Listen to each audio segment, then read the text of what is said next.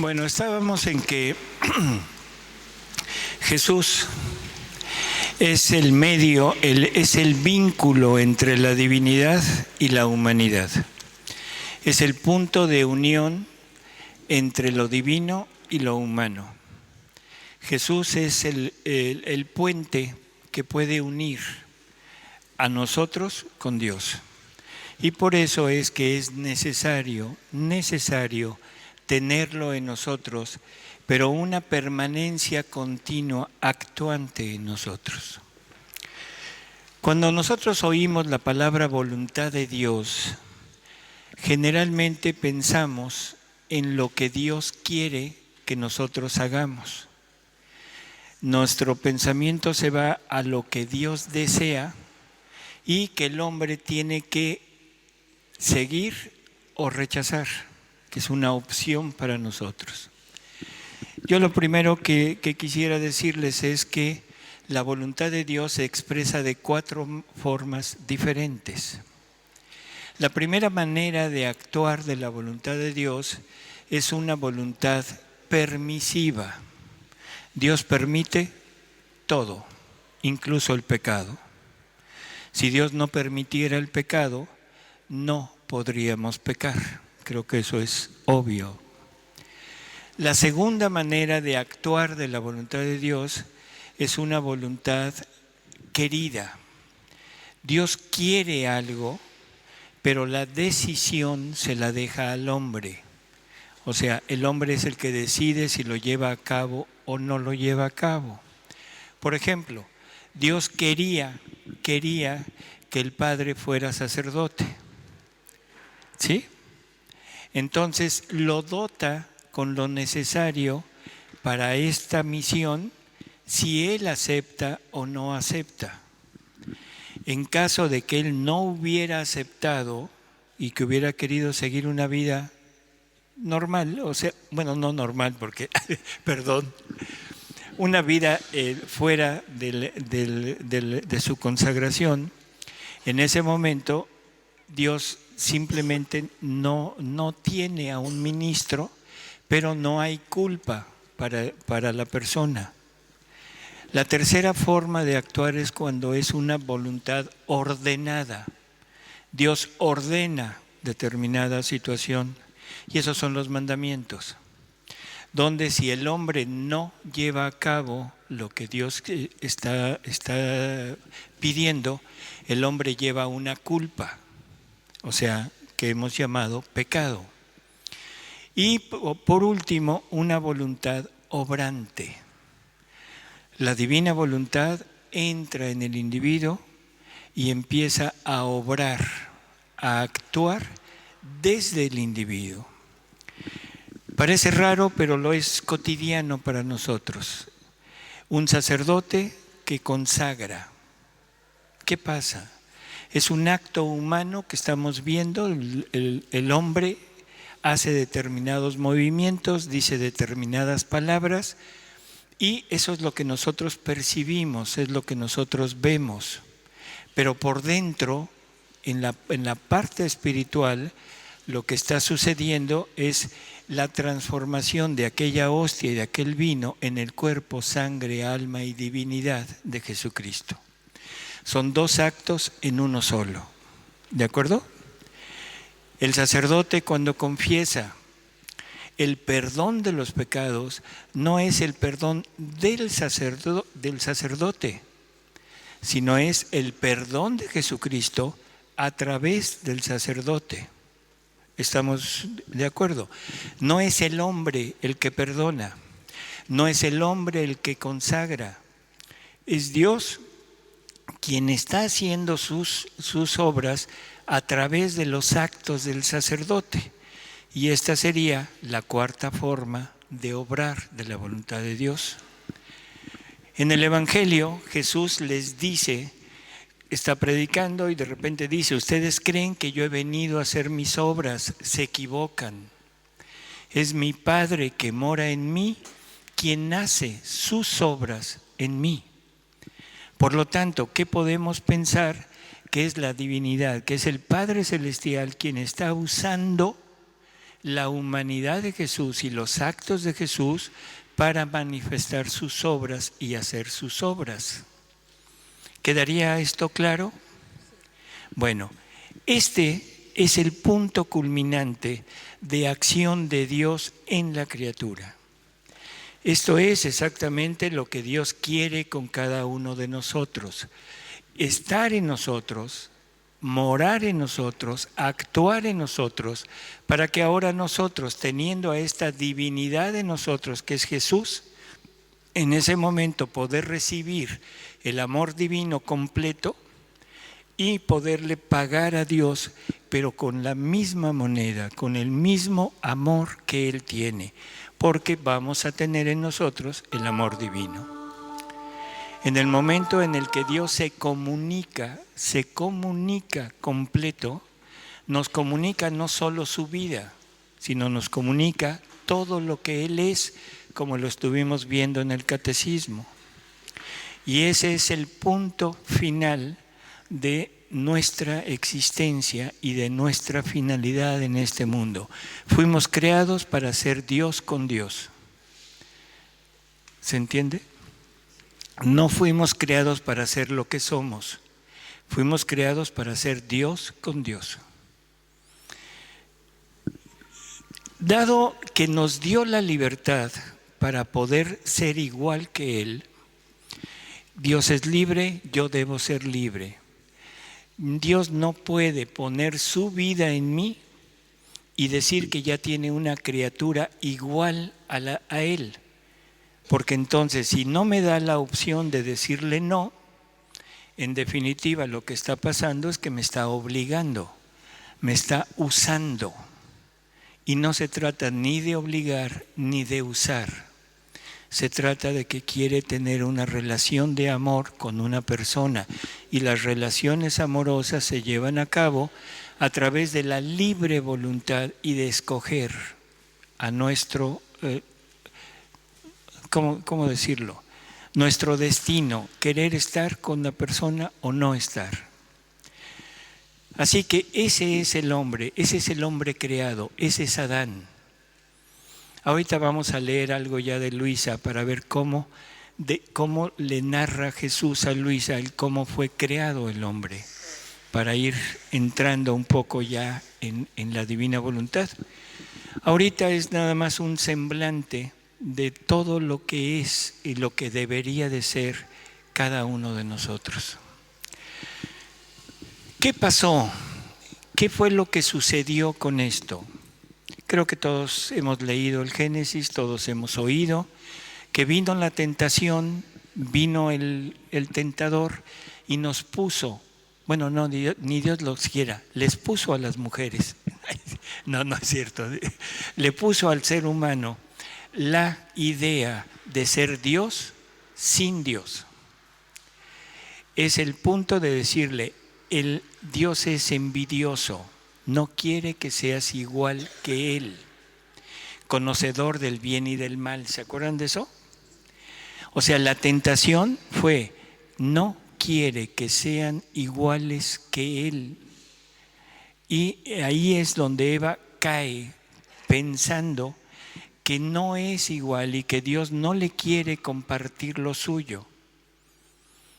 Eva acepta la tentación, acepta la invitación y se come el fruto. ¿Qué fruto era? ¿Un mango? Bueno, un mango.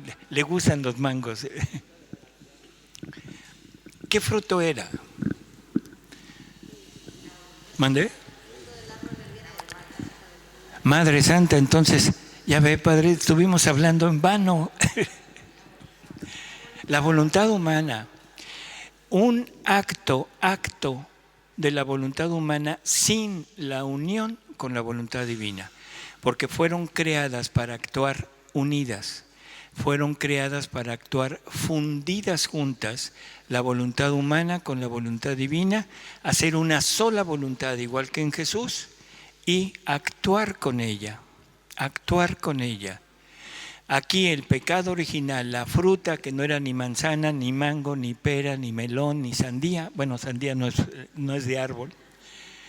O sea, eso es el quitar a Dios de nosotros y decirle, Señor, yo soy capaz de vivir sin ti. Yo me prefiero mi acto y no te metas conmigo. Y eso es lo que hicimos, eso es lo que hizo Eva. Y luego Eva se le presenta a Adán y le ofrece el fruto. Y Adán aparta su vista de Dios, aparta su vista, se olvida que Dios lo amaba, se olvida de amar a Dios y en ese momento su voluntad se dirige hacia el fruto que le está ofreciendo Eva. Y ahí cae el hombre. Cosa interesante. ¿Cuándo se enoja Dios? ¿Cuándo se aparece Dios y cuándo empieza el regaño y las consecuencias? Cuando cae Adán.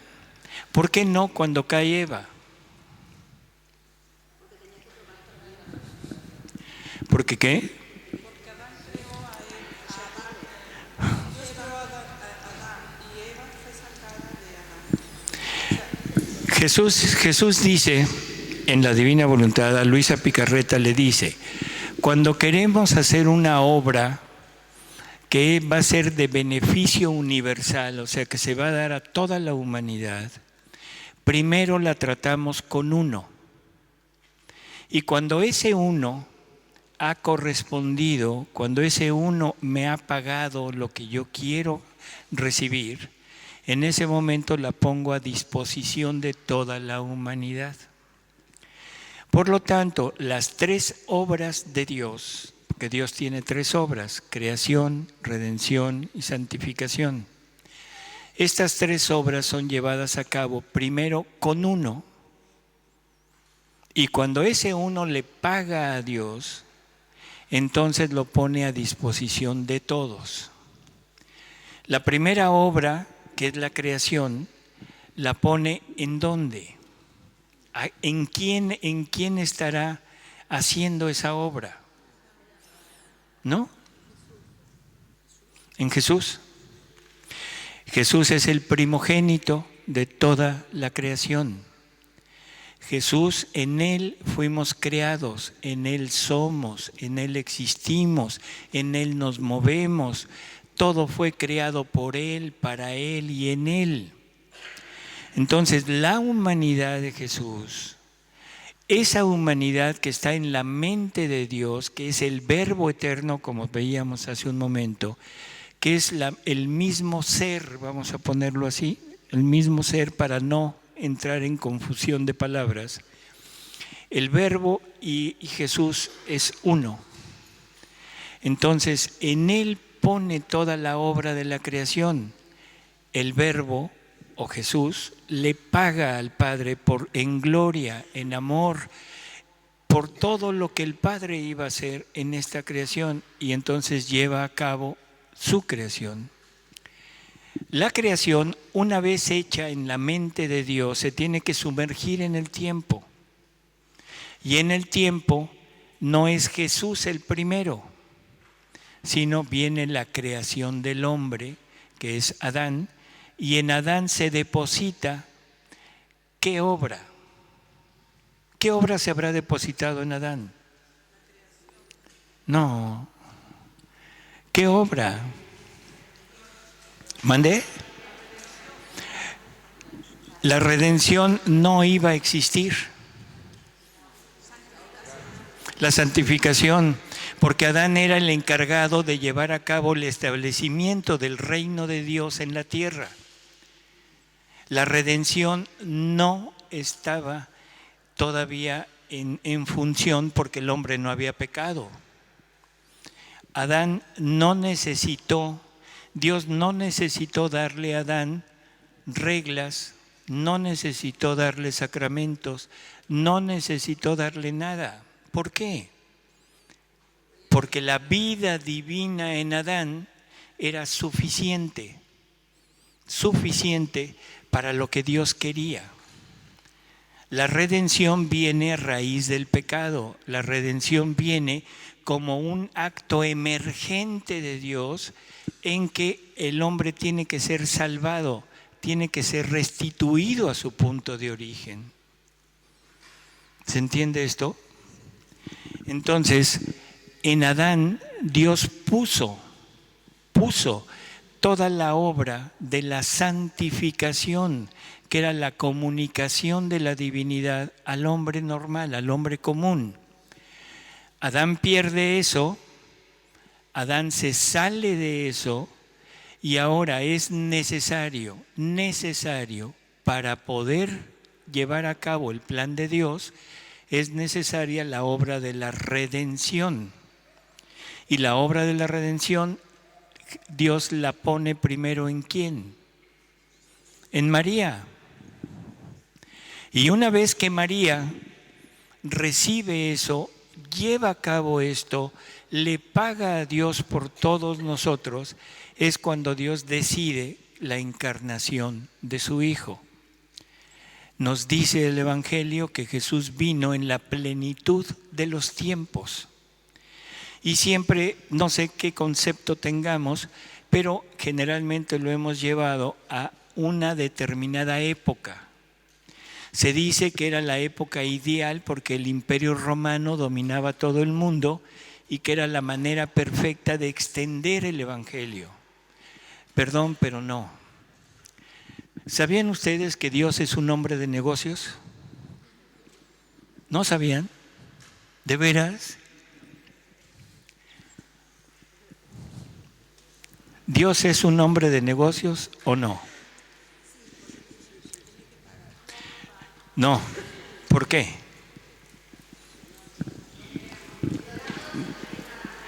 No es cierto. Perdón que lo diga así tan brusco. No es cierto. Hay una parábola que nos muestra exactamente el actuar de Dios. La parábola de los talentos. ¿Se acuerdan? ¿Qué pasa con esa parábola?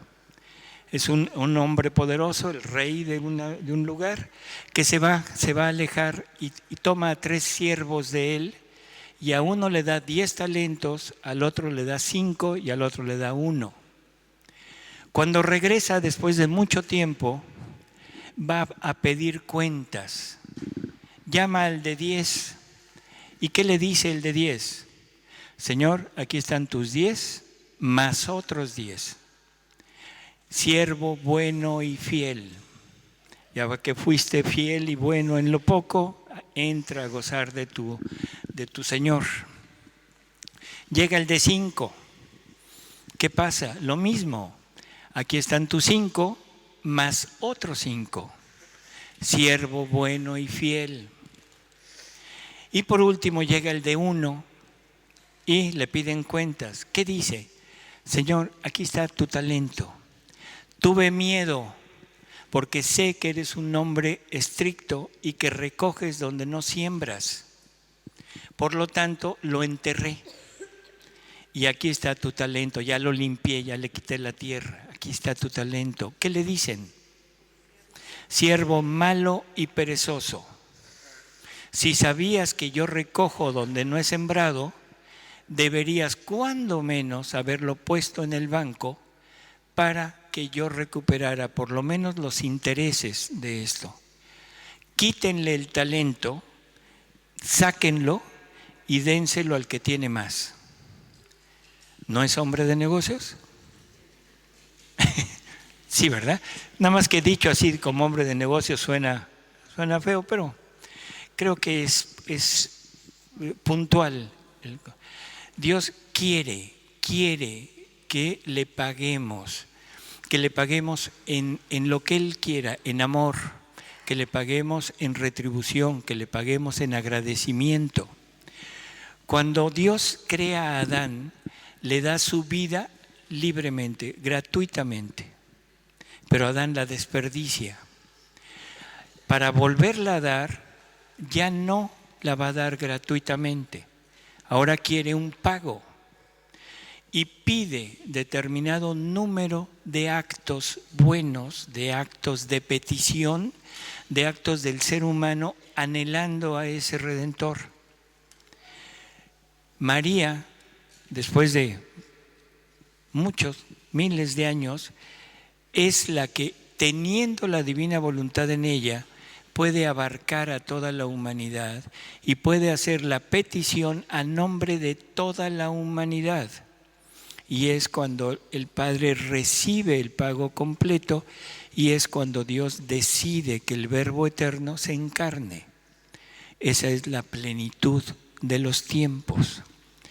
Pero esta obra es una obra intermedia y aquella primera obra quedó inconclusa. ¿Dónde se lleva a cabo aquella obra? Cuando se acabe todo, mi Dios lo quiera.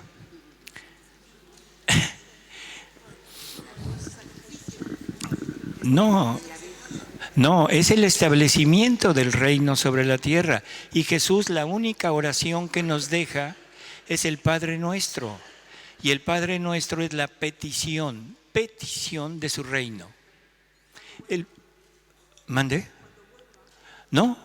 Bueno, a ver. Nosotros estamos pidiendo el reino continuamente. Cada vez que la iglesia reza un Padre Nuestro, es una petición de que venga el reino. Y dije que la iglesia pida porque todos somos iglesia. Cuando la iglesia jerárquica reza el Padre Nuestro, está pidiendo lo mismo que cuando nosotros lo rezamos en forma personal. Es exactamente igual. Es una petición que se está haciendo al Padre de que venga su reino. Llega una segunda plenitud de los tiempos, que es Luisa Picarreta. Porque Luisa Picarreta, con toda su obra, con todo lo que hace, con todo lo que acepta de Jesús, renuncia a su propia voluntad para darle vida a la voluntad divina en ella y con la voluntad divina abarca a toda la humanidad para pedir lo mismo que está pidiendo Jesús allá hace 2000 años. Y el Padre se ve ya satisfecha su petición y acepta establecer el reino y lo establece en Luisa, siempre y cuando Luisa lleve a cabo todo lo que él se propone. Luisa es fiel hasta el final. Luisa adquiere la voluntad divina en ella y una vez que muere Luisa, en ese momento queda establecido el reino y ahora lo podemos disfrutar cualquiera de nosotros gracias a toda la vida y el sufrimiento de Luisa. Igual que podemos tener, usufructuar todo lo de Jesús, ahora lo podemos tener gracias a María. Porque si no se han dado cuenta, María es la que nos consigue al Redentor. ¿Con qué nos lo consigue? Con su sí, con su aceptación, con todo lo que ella hizo a través de toda su vida. Es como nos consigue al Redentor y ahora el Redentor lleva a cabo su labor de redimirnos. ¿De acuerdo? ¿Qué es realmente lo más importante de esto? O sea, ¿cuál es el punto clave de todo esto? El hecho de que Dios está restableciendo su reino en nosotros. A veces suscita muchas dudas, pero creo que es muy claro y a veces les pongo un ejemplo que algunos ya lo han oído. Se los dije en Málaga, lo vamos a decir ahora otra vez para los que no lo han oído. ¿Saben lo que es un burro? ¿Seguro? ¿Sí han visto burros? Bueno, ¿mandé? Bueno, si lo quieres traer para presentarlo. Va un campesino con su burro porque tiene que hacer un trabajo allá en su parcela y necesita el burro para hacerlo. Entonces va caminando con su burro y va por una vereda en donde hay un precipicio y el burro le hace honor a su nombre. Se resbala y ¡prum!, se va. Entonces el pobre campesino dice: ¿y ahora cómo le hago para poder llevar a cabo mi trabajo y salvar a este? Agarra una cuerda, se la lanza al burro y de donde lo agarre. Una vez que lo lazó, y empieza a jalar al burro. ¿Qué está haciendo el campesino? Está tratando de salvar al burro, ¿para qué? Para llevar a cabo su trabajo. ¿Y qué piensa el burro? Este tal por cual me quiere matar, me agarró de la oreja, me está jalando de la oreja, rebuzna, patalea, se retuerce, o lo agarró de la cola, o lo agarró de una pata, de donde lo agarre, y lo está subiendo, subiendo, subiendo. Cuando lo logra poner ya con él, en ese momento dice, ¡ay, ya salvé a mi burro! ¿Y ahora qué? Ahora se lo lleva a hacer su trabajo. ¿Sí? ¿Se entendió? Fácil, ¿verdad? Vamos a cambiar personajes. El campesino es Dios. ¿Y el burro? Siempre he dicho que qué bien nos conocemos, dice. O sea, siempre es agradable saber con quién tratamos, ¿no?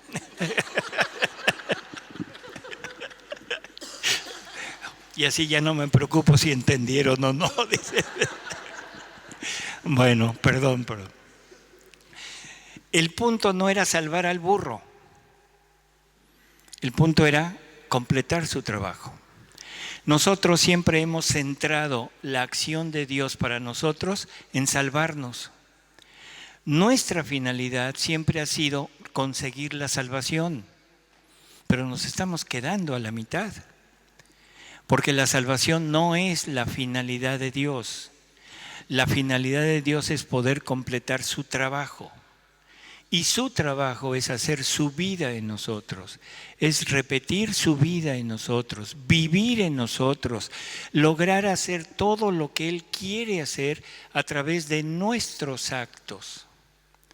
Es un Jesús que quiere volver a estar en este mundo, que quiere volver a caminar, que quiere volver a hablar, que quiere volver a respirar, a latir en este mundo, y para eso necesita de una humanidad que se le preste, que somos nosotros.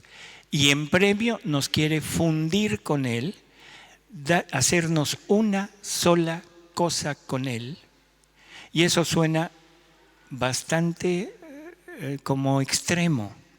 E incluso dentro de la iglesia nos dicen que eso es una herejía. Algunas porciones, algunas partes de la iglesia. Suena herejía, ¿verdad? Hacernos una sola cosa con Él. ¿Mandé? Por desgracia suena herejía, así es, Padre. ¿Alguien trae un catecismo de la Iglesia Católica? Perfecto. 521, por favor.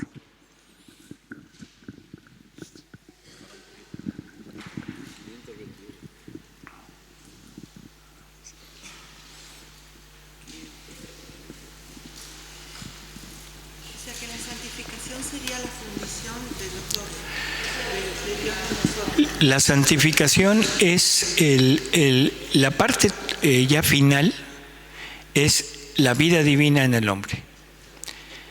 Ahorita vamos para allá, pero no, este catecismo está lento.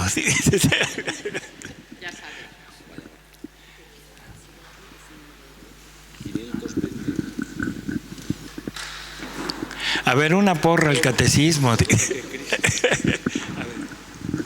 Todo lo que Cristo vivió hace que podamos vivirlo en Él y que Él lo viva en nosotros.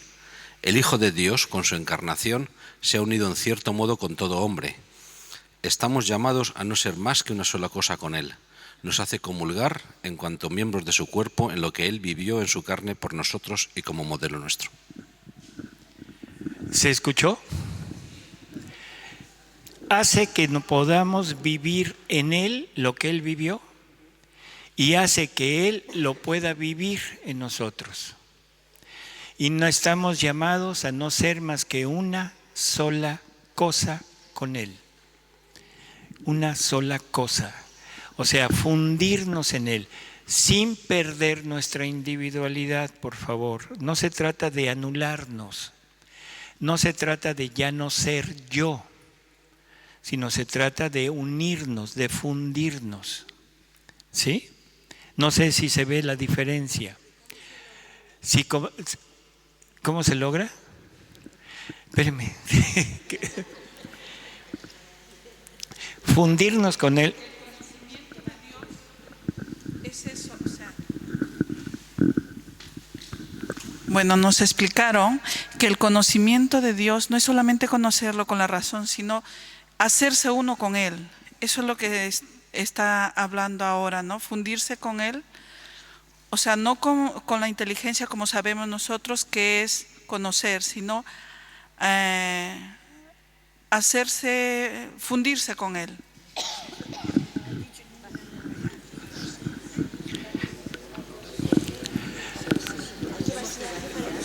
A ver, vamos a imaginarnos dos objetos de oro del mismo quilataje, o un anillo de oro y un collar o una pulsera de oro de los mismos quilates.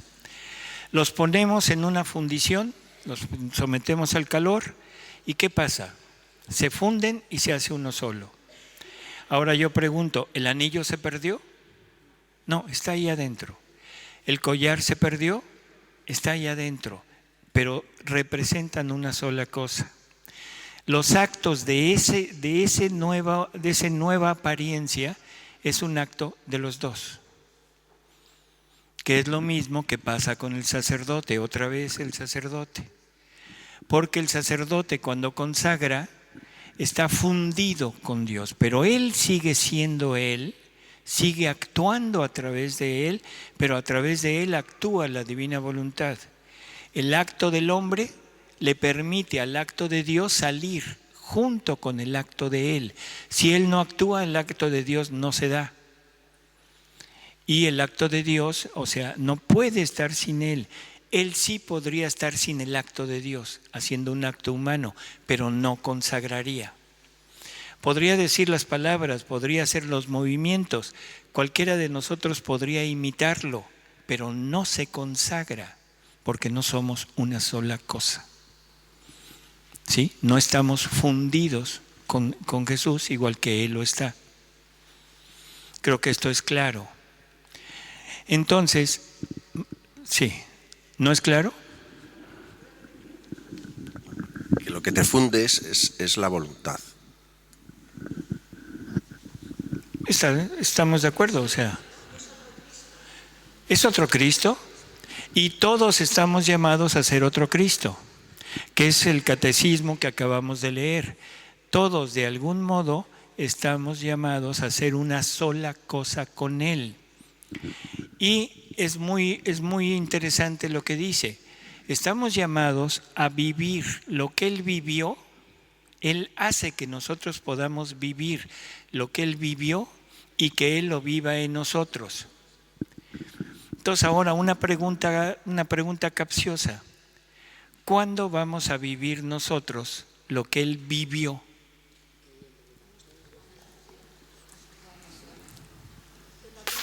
Dije ¿cuándo?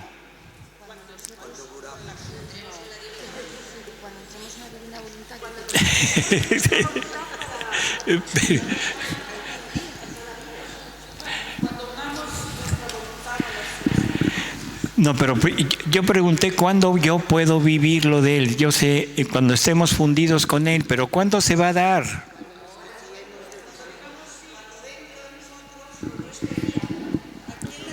Fíjense bien lo que dice el catecismo, que Él hace que nosotros podamos vivir en Él lo que Él vivió. ¿Cuándo? Hace 2000 años. Hace 2000 años. Y luego dice, y que Él lo viva en nosotros. ¿Cuándo? Ahora. Porque gracias a la divina voluntad es la eternidad. La divina voluntad es eterna. La divina voluntad no tiene tiempo. Cuando el hombre se funde en la divina voluntad, sale del tiempo y se injerta en la eternidad. Los actos del hombre ya no se quedan atrapados en el tiempo, sino salen y quedan en la divina voluntad, ¿Qué es la vida eterna? Que te conozcan a ti y a tu enviado Jesucristo. Pero para conocer al Dios y para conocer al enviado Jesucristo, pero todavía en la actualidad no lo conocemos. No sé si estén de acuerdo. Y si no están de acuerdo, pues ni modo. No conocemos a Jesús. Y eso nos lo dijo el mismo Jesús. Ahorita tengo mucho que decirles, pero no pueden con ello. Mucho que decirles. ¿Qué no había dicho? Bueno, ¿qué había dicho? Todo lo que conocemos en la actualidad. Su iglesia ya estaba. Ya había escogido quién, ya había dicho cómo, acababa de instituir la Eucaristía, acababa de ordenar, por decirlo así, a sus apóstoles como sacerdotes. Ya estaba todo.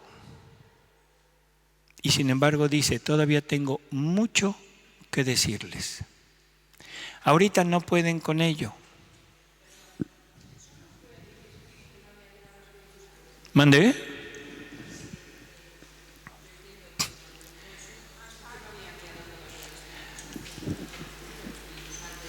Y cuando recibimos al Espíritu Santo seguimos igual. Claro que seguimos igual. No se ha agregado un solo sacramento. No se ha agregado ni un solo sacramento.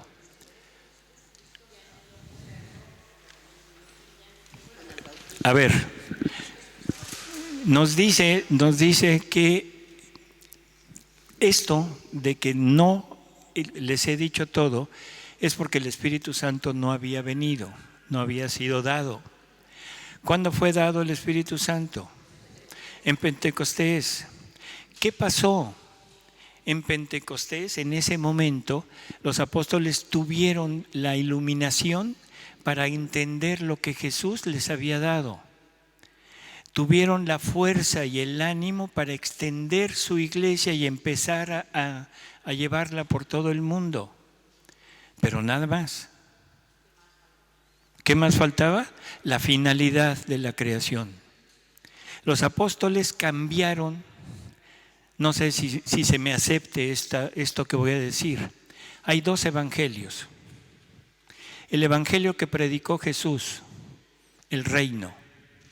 El evangelio que predican los apóstoles, Jesús crucificado.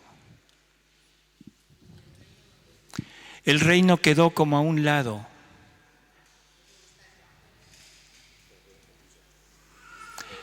O sea, a ver, todavía tengo mucho que decirles, pero ahorita no pueden con ello. Cuando venga el Espíritu de verdad, Él los va a conducir poco a poco hasta la verdad plena. ¿Cuál es la verdad plena? ¿Cuál es la verdad? La verdad es Jesús. Yo soy el camino, la verdad y la vida. ¿Qué nos está diciendo Jesús? Si nos van a conducir hasta la verdad plena, que nos van a conducir hasta el conocimiento completo de Jesús, porque no lo conocemos. ¿No conocemos a Jesús en totalidad? No. Verbo eterno en carne, encarnado. ¿Qué hacía el Verbo eterno cuando Jesús correteaba por el jardín de su casa? ¿Qué hacía el Verbo eterno cuando Jesús, adolescente, le ayudaba a José a hacer una silla? ¿Qué hacía? ¿Y eso qué es? No tenemos una idea clara de cómo interactuaba el Verbo en su humanidad. La voluntad humana con la voluntad divina unidas, juntas. Eso es lo que no conocemos. Y San Juan nos viene a afirmar eso, porque San Juan en su evangelio nos dice que como meta es llegar a ser hijos de Dios, ¿se acuerdan? Y luego en su primera carta como que se corrige, porque dice, hijitos, ya somos hijos de Dios, pero lo que vamos a hacer no lo conocemos. Pero estamos seguros que cuando Él, refiriéndose a Jesús, se manifieste, lo conoceremos y entonces sabremos lo que debemos ser. ¿Se acuerdan de eso? ¿Qué nos está diciendo San Juan? Que llegar a ser hijos de Dios todavía no es el final. Que el final es llegar a ser Jesús, pero no lo conocemos. Cuando Él se manifieste, sabremos lo que debemos ser.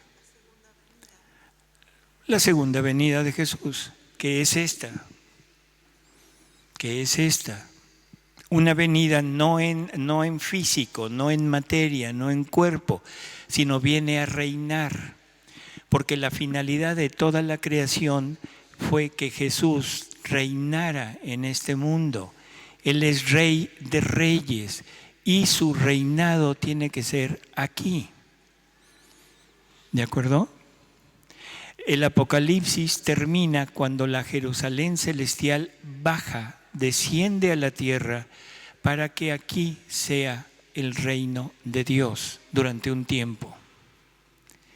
Y eso no se ha dado. Jesús no ha reinado en totalidad. No sé si estemos de acuerdo. Por lo tanto, el reinado de Dios tiene que ser futuro. Y eso es a donde estamos llegando.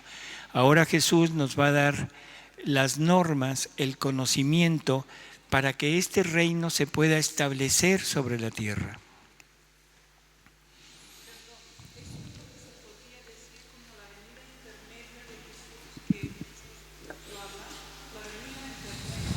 ¿Sí?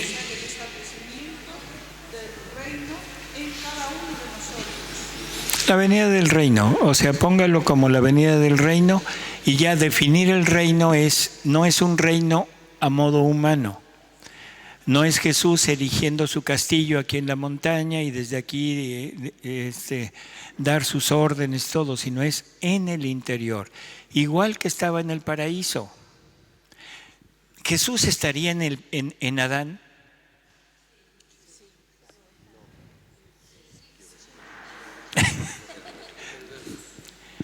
Por eso, ¿estaría en Adán?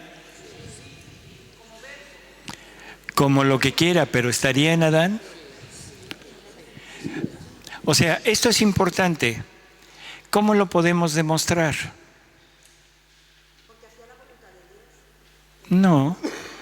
¿Cómo puedo yo asegurar que el Verbo o Jesús o como le queramos poner estaba en Adán?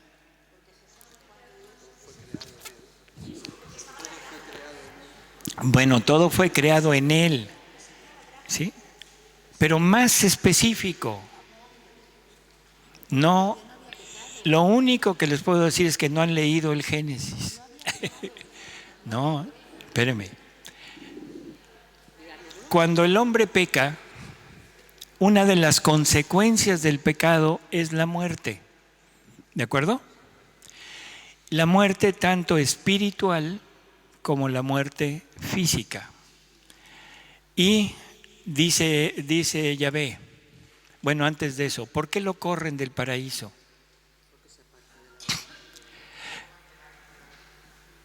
Porque no, para que no coma del árbol de la vida. No lo corren por haber pecado. No lo corren por la desobediencia. Sino dice Yahvé, he ahí al hombre vuelto como uno de nosotros, conocedor del bien y del mal. Saquémoslo del paraíso, no sea que alargue su mano y coma del árbol de la vida. Coma del árbol de la vida. Era un árbol que estaba plantado también en el centro del paraíso. Y dice, coma de este árbol y viva para siempre. O sea, revierta el castigo, revierta la consecuencia. Y ahora, según lo que leímos al principio, ¿quién nos da la vida eterna? Comer a Jesús, beber su sangre. Él es el que nos da la vida eterna. Por lo tanto, ¿qué necesitaba Adán comer? ¿Qué era lo que Adán podría haber hecho si come del árbol de la vida? Tendría vida eterna. ¿De quién comió? De Jesús. De alguna manera ya estaba representado en Adán la presencia del Verbo o Jesús, o sea, que es el mismo. ¿De acuerdo?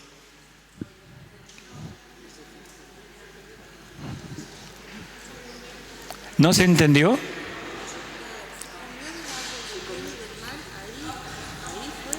En el centro del paraíso había 2 árboles, ¿de acuerdo? El árbol del conocimiento del bien y del mal y el árbol de la vida. El árbol del conocimiento del bien y del mal era la voluntad del hombre.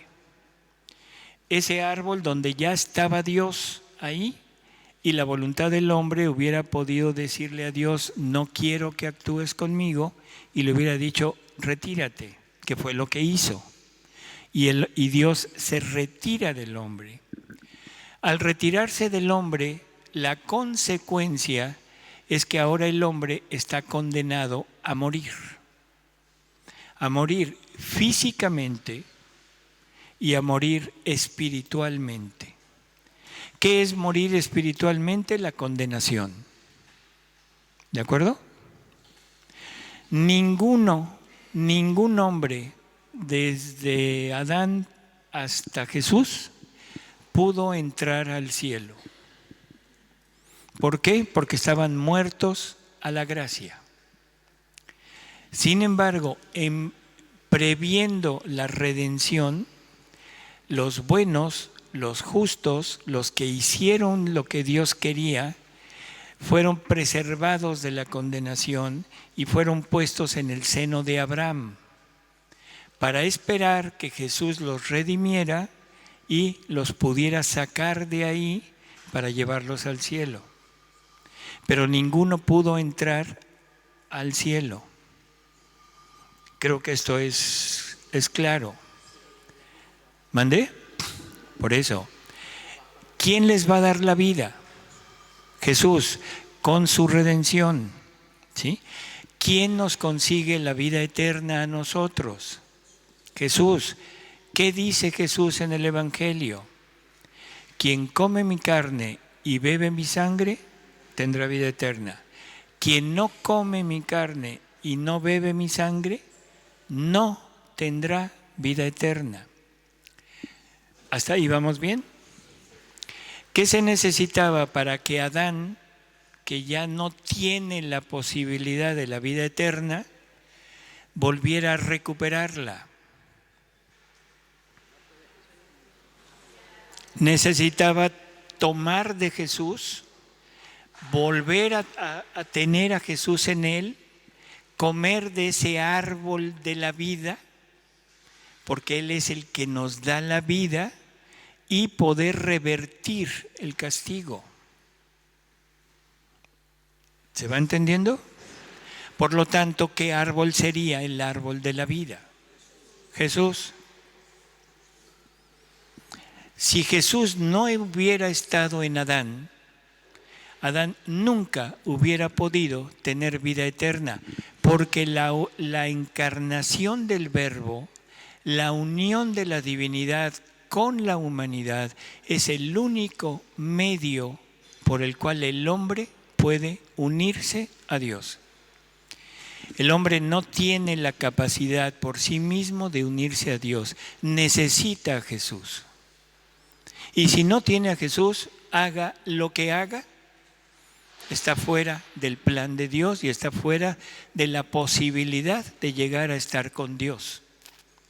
Por eso es que hasta San José se tuvo que ir al seno de Abraham, con todo lo santo que es San José, pero tuvo que ir al seno de Abraham a esperar que su hijo, bueno, se entiende, ¿no?, que su hijo muriera para irlo a sacar de ahí y poderlo integrar al cielo. Entonces, creo que queda entendible quién era el árbol de la vida. ¿Qué está representando el árbol de la vida? El árbol de la vida, de alguna manera, está representando a Jesús dentro de Adán. Por eso es que el Génesis es una gran alegoría, que es un cuento, pero un cuento donde está representada una enorme verdad. Pero no era un árbol, era la voluntad del hombre. No era el árbol de la vida, era Jesús. No era una serpiente, era Satanás.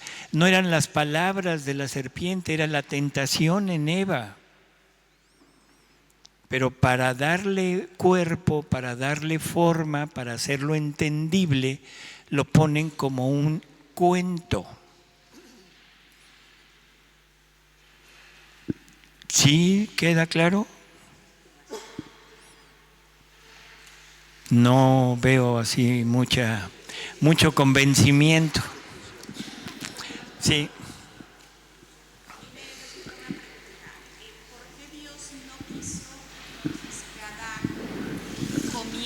Del árbol de la vida. ¿Por qué Dios no quiso que Adán comiera del árbol de la vida? Porque era revertir el castigo y ahora el hombre necesitaba pagar para que fuera enviado. ¿Por qué paga qué? ¿Ya no? Ah, ok. El hombre no puede pagar. El Padre Nuestro antiguo, el Padre Nuestro que rezó Jesús, no decía perdona nuestras ofensas. Decía perdona nuestras deudas. ¿Qué deudas tenemos con Dios? Deudas de vida divina. Deudas de vida divina, cosa que el hombre no podía pagar porque el hombre no tiene vida divina. ¿De acuerdo? No estoy de acuerdo. No te importa, ¿no?, que no esté de acuerdo con alguna cosita. Hay que tener un poco claro el concepto de vida, ¿no? La vida la da Jesucristo y creo que se la da a todas las criaturas, porque si no, no se podrían mover. Yo creo que más bien lo que hizo el pecado fue cambiar la forma en que Jesús iba a estar en el mundo, que iba a estar en la Eucaristía. Si el hombre no hubiera pecado, Dios no hubiera estado, porque lo dice a Luisa Picareta, no hubiera venido como pan, sino que ni siquiera hubiera nacido, hubiera venido ya directamente glorioso y se hubiera presentado a la humanidad, lo dice a Luisa, a lo grande. Entonces, yo creo que más bien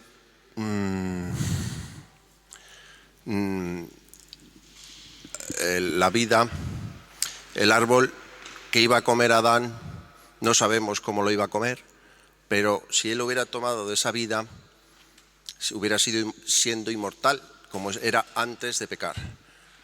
Y entonces los planes de Dios no hubieran salido. No es que sí, Dios es el que da la vida, pero no es que no comieran, no es que tuviera que comer el cuerpo de Cristo como lo hacemos nosotros ahora, eso es después del pecado. Pero antes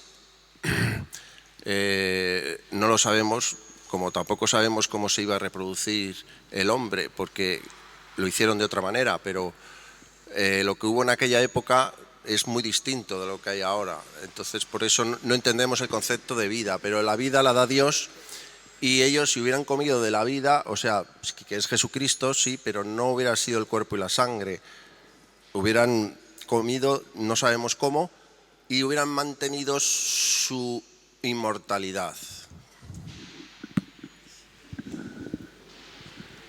Bueno,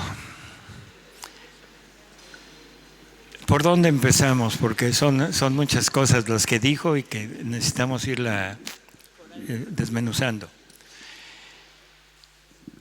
Que Jesús no iba a venir a este mundo en carne. Bueno, usted dijo que no. Por eso, la forma. La forma es en carne. Ah, bueno, entonces sí. Que no iba a venir sufriente.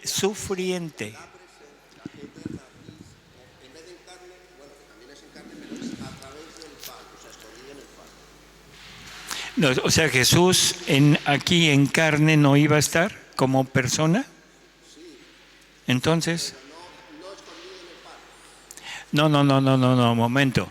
Una cosa es la presencia de Jesús y otra cosa es la Eucaristía, ¿de acuerdo? Son dos cosas diferentes. La presencia real de Jesús como persona, era necesaria, porque era el que nos iba a mostrar el cómo vivir en su voluntad. Y aparte era necesaria por una cosa que esto no se va a entender, pero no importa. Dios quiere ser amado, pero con amor materno. Con amor materno. Y ese amor materno no lo puede representar el hombre, lo tiene que representar la mujer. Que no nos íbamos a reproducir como nos reproducimos ahora, por favor. Dios no cambió la naturaleza. La naturaleza sigue siendo la misma que Dios creó. Exactamente la misma. La serpiente no tenía patas y después se las quitaron para que se arrastrara. O sea, la naturaleza no cambió. Forzosamente todo sigue igual que como fue creado. El problema está en que Jesús no iba a venir a este mundo a sufrir. No vendría en forma pasible, o sea, sufriente, sino vendría en forma gloriosa a reinar. Ahora, ese reinado tiene que ser, porque esa es la finalidad de la creación. Y ese reinado se puso en espera a que el hombre resurgiera, pudiera ser salvado, para que Dios pudiera nuevamente llevar a cabo su plan. ¿De acuerdo? Entonces, ¿Jesús tenía que venir a este mundo? Sí, porque Él es la causa de la creación. Él es el porqué y en Él está toda la creación. ¿Jesús tenía que ser comido de alguna manera? Sí. El comer quiere decir poner a Jesús en nosotros. Quizá no hubiera sido comer, pero en el Génesis dice, hubiera alargado su mano y hubiera comido del árbol de la vida y hubiera vivido para siempre. Y ahora Jesús nos dice, el que no come mi carne ni bebe mi sangre no tendrá vida eterna. Lo está poniendo en la forma de comer. ¿Íbamos a comer a Jesús si no hubiera habido pecado? No lo sé. Pero lo importante es que es Jesús en mí. Lo importante. No importa si me lo como o se mete. ¿Sí? O sea, eso es lo de menos. Ahora, en la actualidad necesito comerlo, porque es la representación de todo ese sufrimiento de Jesús que se viene a concretar en una presencia real, donde se queda para llegar a mí y poderlo tener nuevamente en mí. Todo esto, o sea, yo entiendo que es problema, porque no estamos acostumbrados a este tipo de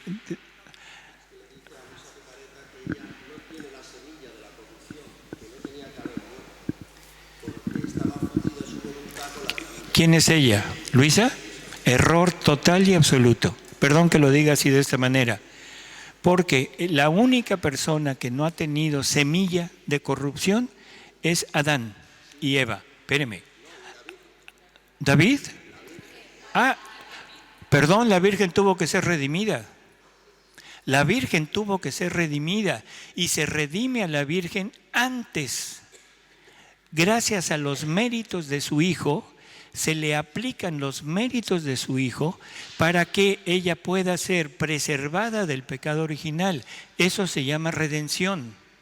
La Virgen tuvo que ser redimida, pero redimida antes de venir a este mundo.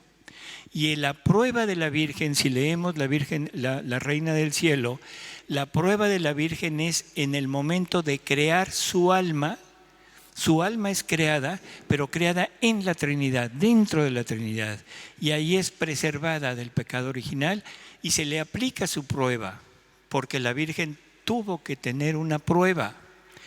Tiene la prueba, pasa la prueba, y como la prueba la pasa en la eternidad, ahora esa prueba en el tiempo se extiende a toda la vida de María, y María es como adquiere la inmaculadez. Pero no es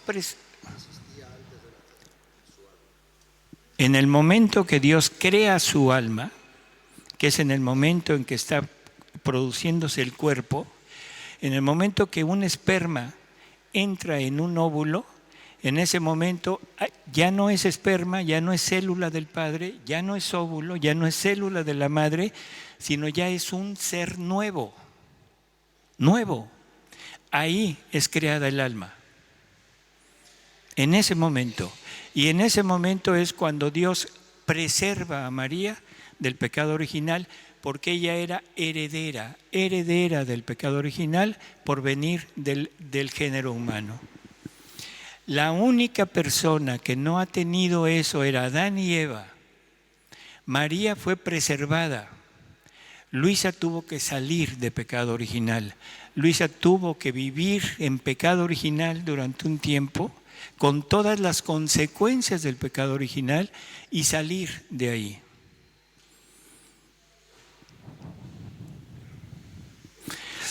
Yo creo que, podríamos extendernos aquí 20,000, pero necesitamos continuar. Yo les voy a pedir un favor. Al principio dije que ojalá hiciéramos un diálogo, y me encanta un diálogo, pero tenemos problema de tiempo. Entonces, yo les pido que todas sus preguntas, sus dudas, las pongamos por escrito, y en el momento de preguntas y respuestas podamos comentarlo, porque si no, se está generando mucha duda, y eso nos va a llevar mucho tiempo aclararlo. No sé si estén de acuerdo. ¿Sí?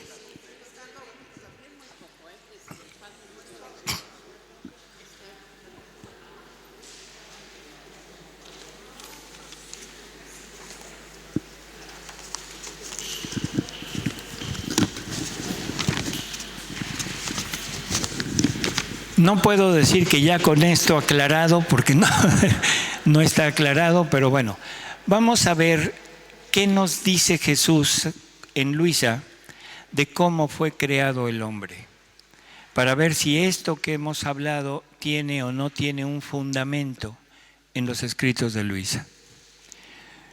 Y le dice: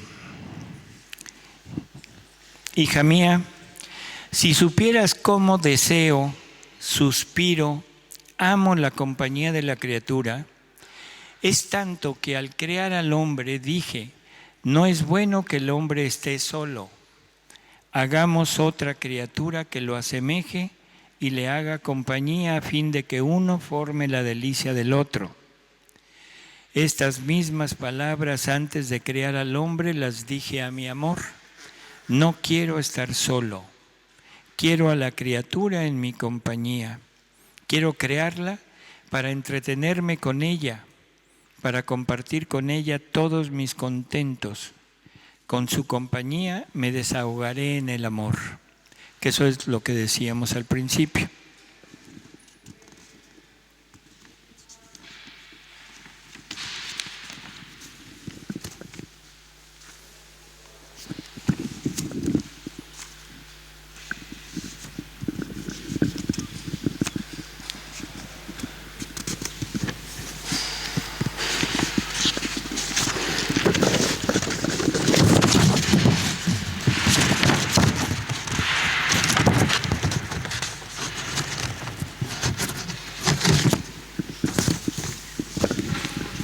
Dice: hija mía, nada has dicho de la creación del hombre, de la obra maestra de la potencia creadora, donde el Eterno, no a gotitas, sino a olas, a ríos, ponía su amor, su belleza, su maestría, y llevado por el exceso de amor se ponía a sí mismo como centro del hombre, pero Él quería al hombre como una digna habitación. ¿Qué hace entonces?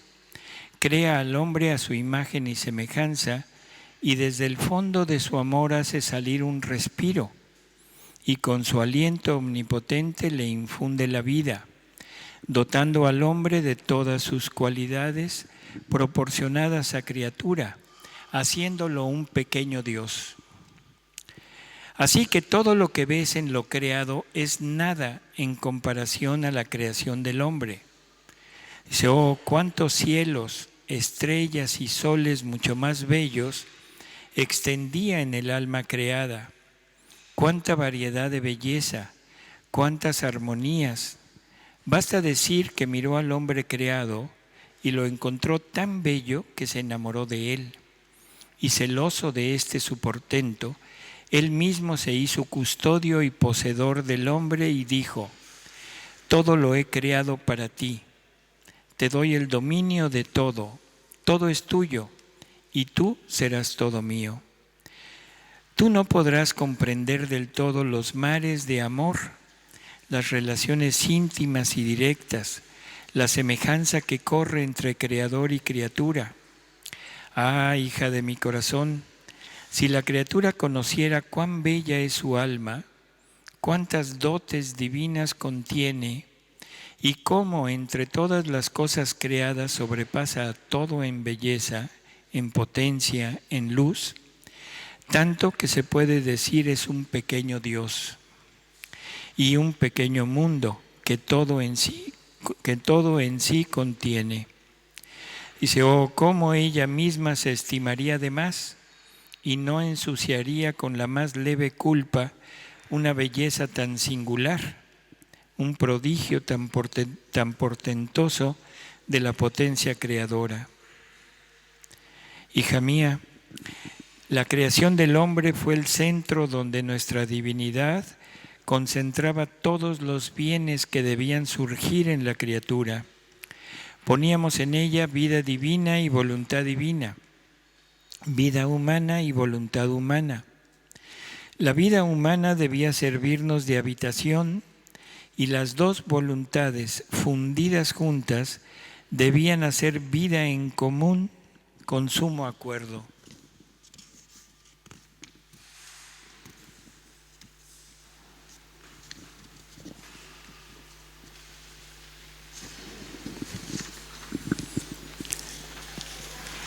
La voluntad humana debía tomar de la nuestra para formar sus actos, y la nuestra debía estar en acto continuo de dar de lo suyo para hacer que la voluntad humana quedase modelada y uniformada en la divina voluntad.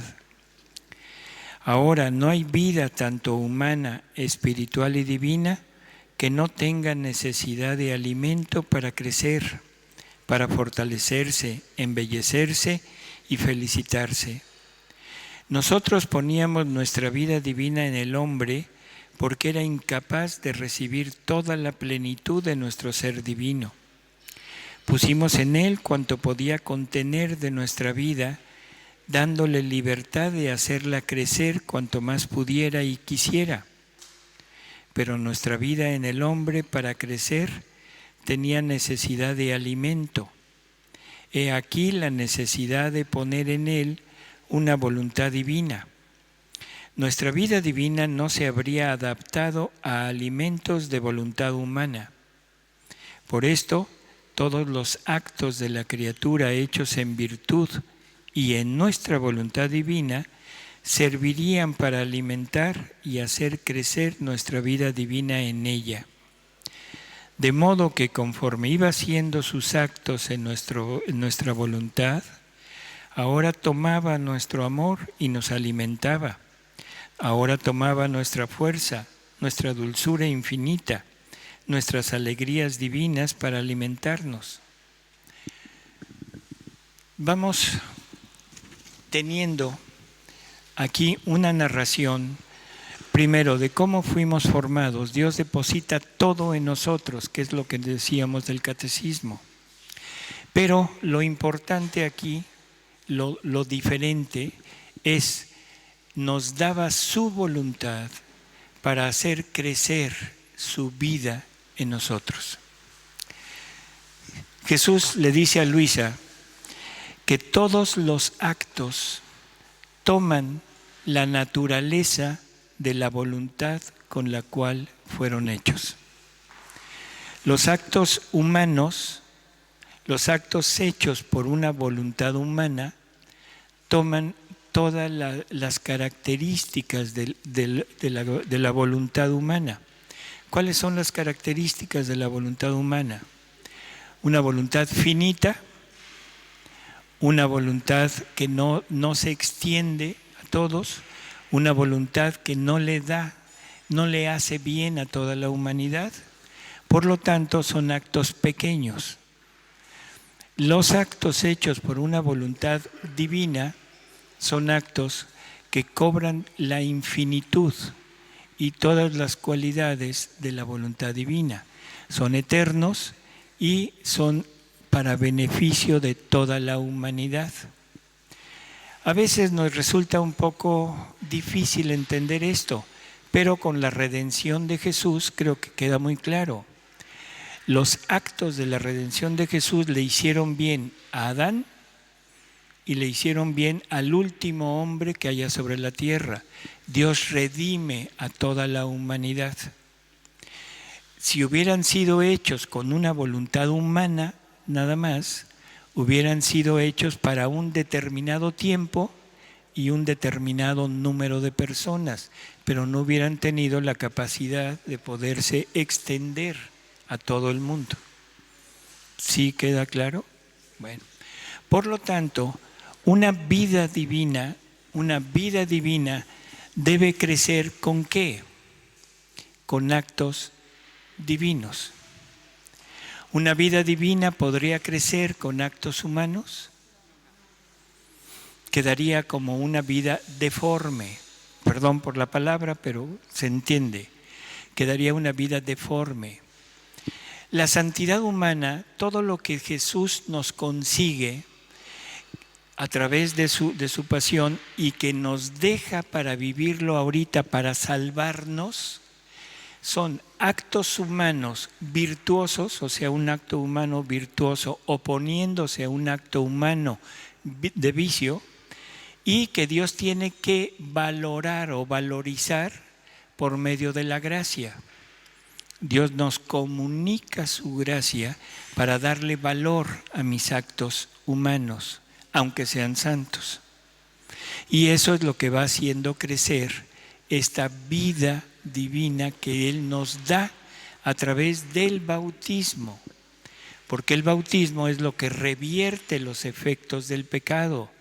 Y si el pecado original era la ausencia de Dios, haber perdido la vida divina, el bautismo lo que hace es nos restituye la vida divina. Y esa vida divina que la tenemos como un germen, como una semilla en nosotros, la tenemos que hacer crecer a través de nuestros actos.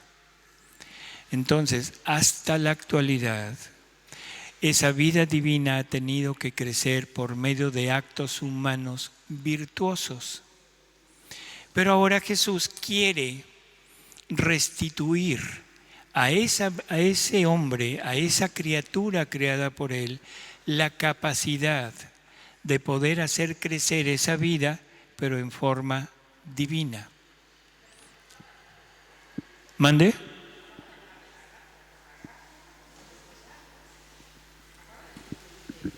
Sí.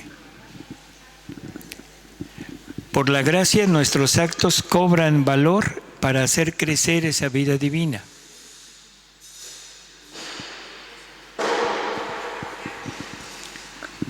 No le oigo, perdón.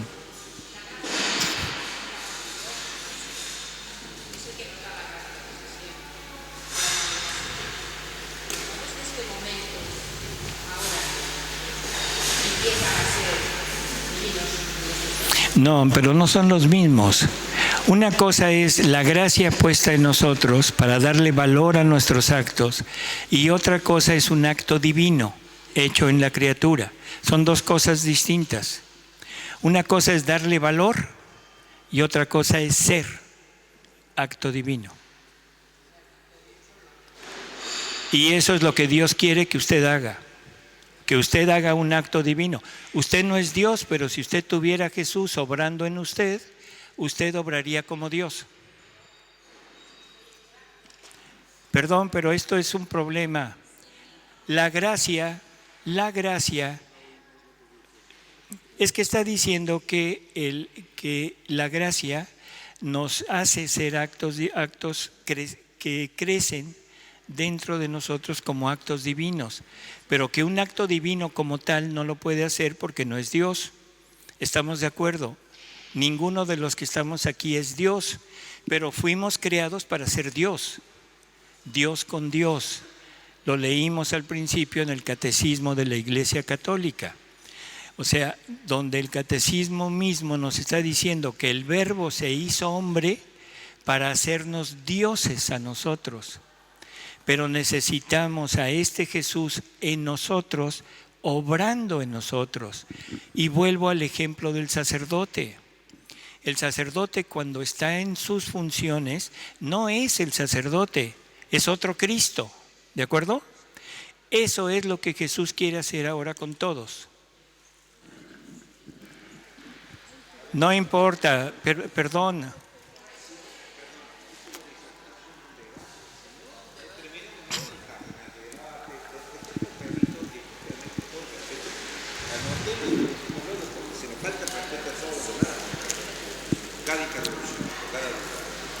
O sea, necesitamos entender muy bien.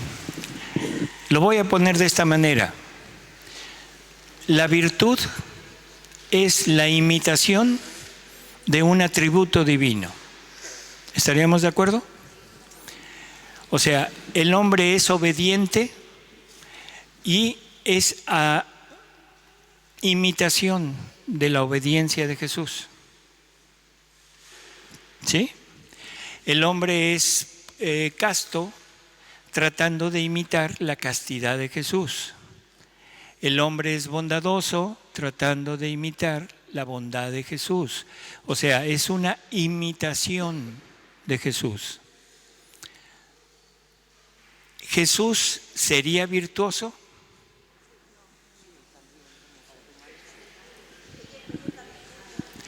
Es la virtud, es la virtud. Jesús no era obediente, es la obediencia. Jesús no era casto, es la castidad. Jesús no es bondadoso, es la bondad. Una cosa es el atributo divino y otra cosa es la virtud, que es una imitación de la voluntad humana para semejarse a Jesús. Cuando nosotros tenemos la necesidad o el deseo de acercarnos a Dios, tenemos que actuar desde nosotros para acercarme a Dios por medio de las virtudes. Es un forzarme a no darle vida a nuestra naturaleza, porque nuestra naturaleza es pecado. Eso lo dice San Pablo.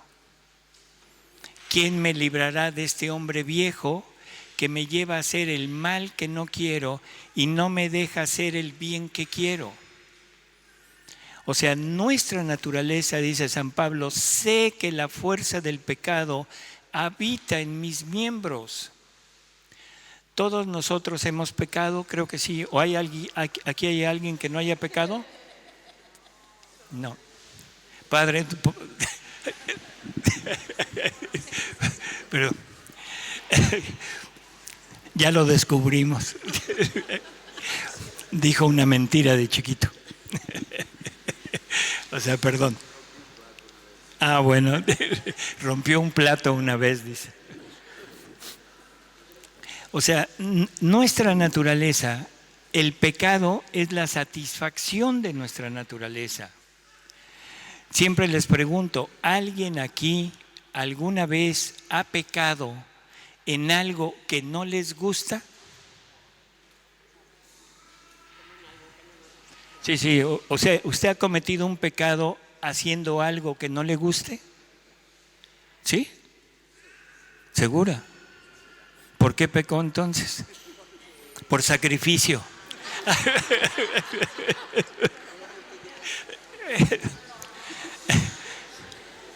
O sea, perdón. O sea, es necesario entender que el pecado siempre es satisfacción personal. Siempre es satisfacción personal. A menos, como le digo, que lo hagamos y digamos, Señor, yo te amo tanto que me quiero sacrificar por ti y ahorita voy a cometer adulterio, sabiendo que no me gusta. No.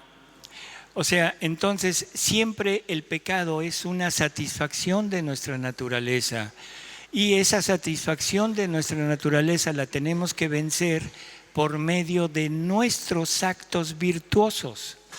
¿Qué es un acto virtuoso? Un acto de decir, no lo hago, me forzo a no hacerlo. Esa es una virtud. Y ahora a esta virtud se le da el valor para hacer crecer esta vida divina en nosotros a través de la gracia que Dios me da. No sé si se entiende de esta manera, pero eso es una cosa. Jesús no era virtuoso. ¿Por qué? Porque Jesús nunca hizo un acto personal de su voluntad humana sola, oponiéndose a un acto vicioso de su voluntad humana. ¿Se entiende? Entonces Jesús no es virtuoso, Jesús es la virtud. Por lo tanto, para hacer crecer una vida divina al margen de Jesús, necesito a Jesús en mí para que Él pueda llevar a cabo sus actos y tener un punto de igualdad con Él.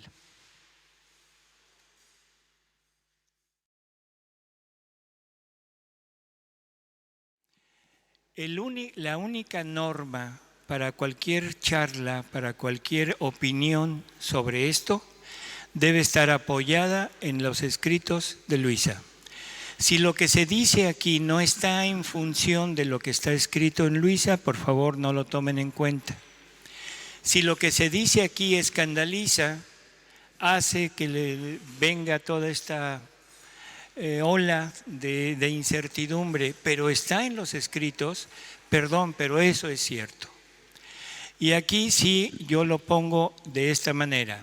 Si algo no les parece así realmente que esté creando mucho problema, lo podemos buscar en Luisa, pero sí les rogaría que lo buscáramos en horas que no sean de las pláticas para tener tiempo suficiente. Pero lo que se dice aquí está en Luisa.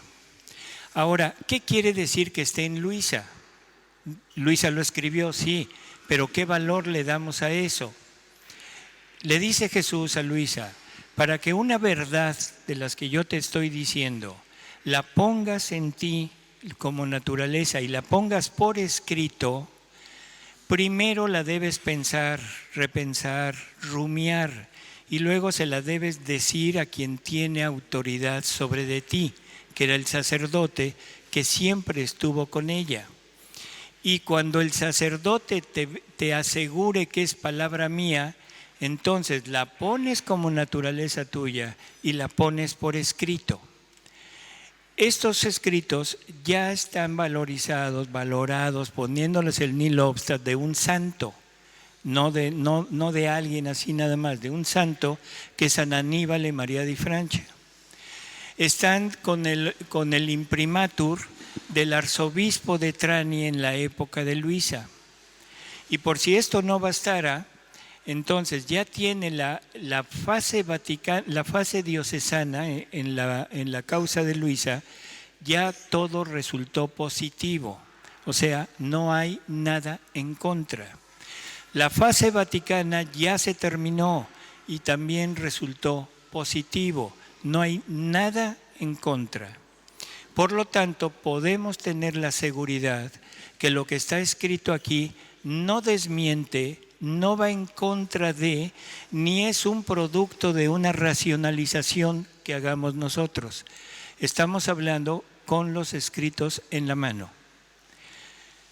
Pensar que Dios es un misterio, totalmente de acuerdo, pero un misterio que Él quiere revelarnos. Un misterio que Él es el que se está tomando la molestia de decirnos quién es, cómo actúa. Yo no creo que sea conveniente rechazar esta comunicación de Jesús que me quiere dar a entender cómo es Él, me quiere dar a entender cómo actúa Él en nosotros. Yo creo que no es conveniente ponerlo en duda si está en los escritos.